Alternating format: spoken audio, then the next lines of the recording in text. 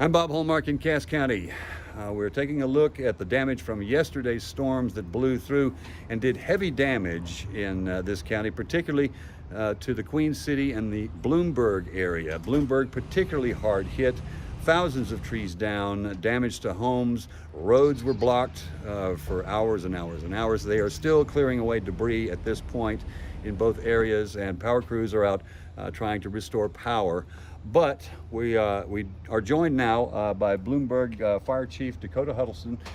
Chief, talk a little bit about this. You guys knew this was coming, and there's always a plan of action that has to be made. Is that correct? Yes, sir.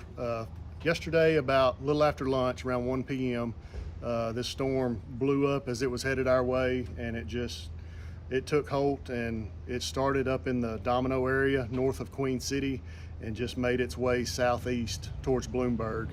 And quite a bit of damage. Bloomberg was hit pretty hard.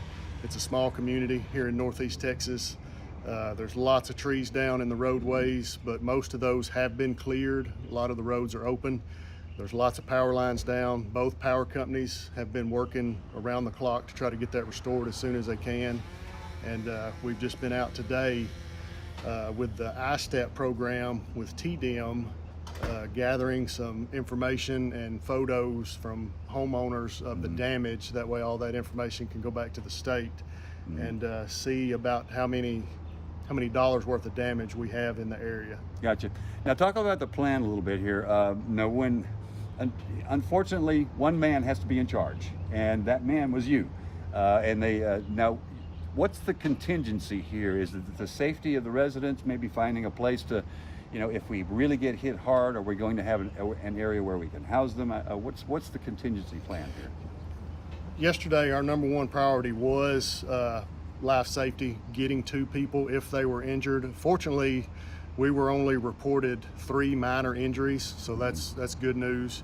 But yeah, it was just clearing those roads, getting to people, finding anybody that was in need of assistance, and just working our way from there. That's the key right there, is that you had a plan of action, so you were ready to go. And obviously, in my experience, I have never seen anything quite like this hit a town the size of Bloomberg.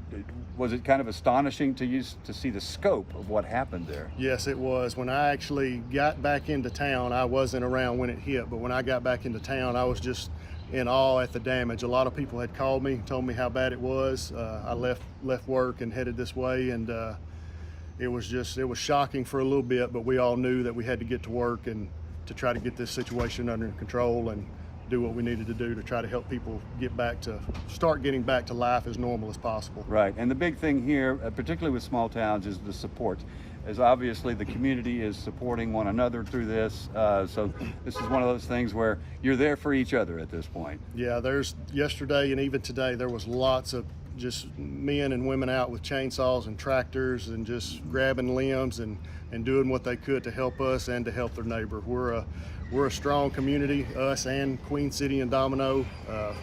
That's what you do, is take care of your neighbor, and that's what people did yesterday and are doing today, is helping one another. Okay, great. Now, the schools seem to be intact. There's some very minor damage to Bloomberg. I don't know about Queen City, but it looks like the schools are intact at this point. Is that right? Yes, sir. It doesn't appear to be no heavy damage to the school in Bloomberg or the ones here in Queen City. And fortunately, school had let out for the summer, so they were not occupied with a lot of kids. Okay. Obviously, we feel very fortunate at this time to, I guess, get away with only minor injuries in this, right?